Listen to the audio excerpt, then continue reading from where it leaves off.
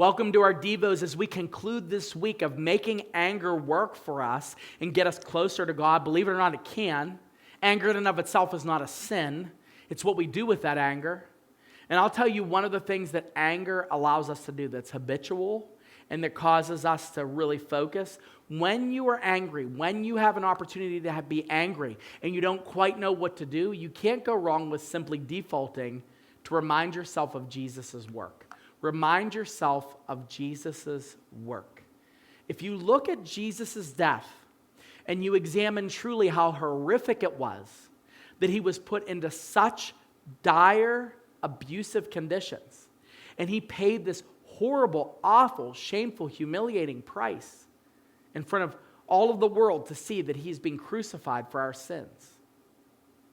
All of our anger should terminate in wanting to see the redemption of Christ enlivened in our conflicts.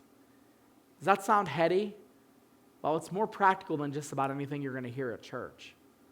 If you want to get to the bottom of your anger, really see what happened in our forgiveness of Christ. We are forgiven by God who hates sin, who loathes sin, who wants nothing to do with sin. He doesn't even look upon sin. And we see Jesus in this ultimate act, dying for our sins, rising from the grave to provide that security and that victory. And we see all of this, God's anger and his wrath, it was all fulfilled through the punishment of Christ. This gives me an opportunity to reflect on anger in a completely different way. You don't have to hold on to the anger. You don't have to turn that anger into bitterness. You have the opportunity to look at Jesus, think about what Jesus did, and take that anger and let it go. Let it go. Colossians 3, verse 13 says, we're to bear with one another, and if one has a complaint against each other, that we're to forgive each other as the Lord has forgiven you, so you must also forgive.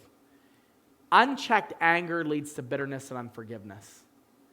Unchecked bitterness and unforgiveness leads to a spring and a slew of problems that echo in every compartment of your life. Looking at the cross provides you with the ability to be healed from the transgression of sinful unforgiveness. But it also gives you an opportunity to be healed from the transgressions that have been committed against you. Why not take a moment and think about the thing that you're angry about? And truly look at the cross and see what Jesus suffered so that we can be free from any bondage.